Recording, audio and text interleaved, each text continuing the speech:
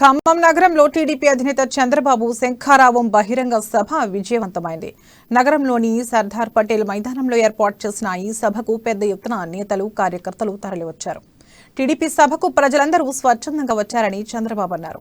పసుపు రంగు జెండా పట్టుకుని టీడీపీ రుణం తీర్చుకుంటామని యువత ముందుకొచ్చారని వ్యాఖ్యానించారు.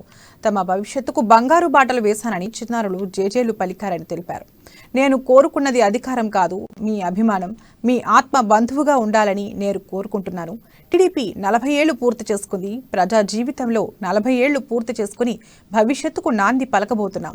ఎన్టీఆర్ శత జయంతి ఉత్సవాలు నిర్వహించుకుంటున్నాం. నందమూరి తారక రామారావు వ్యక్తి కాదు, ఒక శక్తి. చిరకాలం తెలుగువారి గుండెల్లో ఉండే ఏకైక నాయకుడు ఎన్టీఆర్ అని టీడీపీ నేత చంద్రబాబు నాయుడు అన్నారు. చాలా సార్లు అందరినీ కూర్చొని మాట్లాడి నేను ఐటీకి ప్రాధాన్యత ఇవ్వాలంటే ఎక్కడ ప్రారంభించాలని ఆలోచించినప్పుడు మొట్టమొదటిసారిగా హైటెక్ సిటీ కడదాం, ఇది ఒక ఐకానిక్ సింబల్ గా ఉంటుందని హైటెక్ సిటీ ప్రారంభించి 14 నెలల్లోనే పూర్తి చేశాం.